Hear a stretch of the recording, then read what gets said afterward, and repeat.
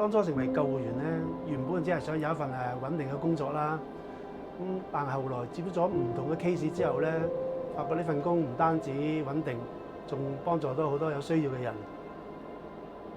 我就出嚟社會中工作嗰陣時啦，咁就都係接咗一啲急救啊，或者係一啲拯溺嘅工作。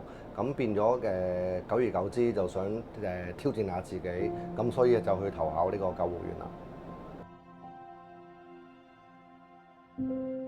喺1996年咧，咁有一日我翻工嘅時候，喺中午食飯嗰陣時咧，突然間鐘聲一響，咁原來係八仙嶺山火，有大量傷者。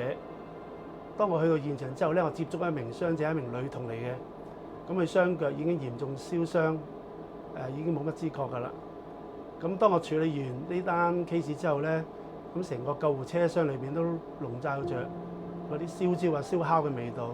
呢件事就係令我最難忘嘅。最難忘嘅任務我記得係有一宗係要去接直升機拯救嘅。咁嗰宗係接報係有個消防同事係失足墮崖嘅。咁當我哋接到呢位同事時，佢已經係昏迷，係要做心肺復甦法啦㗎。咁第一次同一個着住自己部門制服嘅人做心肺復甦法，嗰個感覺係有啲感觸咯，比較難忘。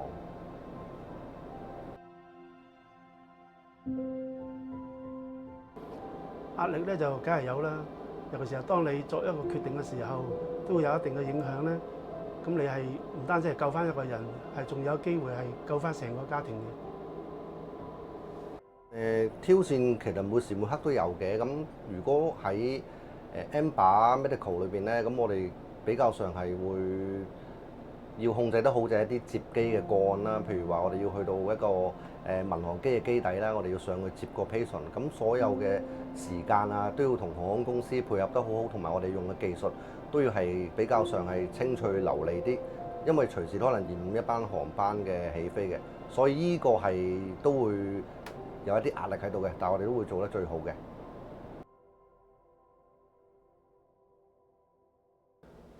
有人問我咧話退休之後去邊度旅行啦？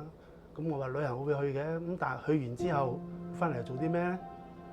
咁我趁而家個身體仲可以繼續工作嘅咧，咁我決定加入 Amber 去做救護員。咁除咗有一啲額外嘅收入之外咧，仲可以將我多年嘅工作經驗去繼續幫人。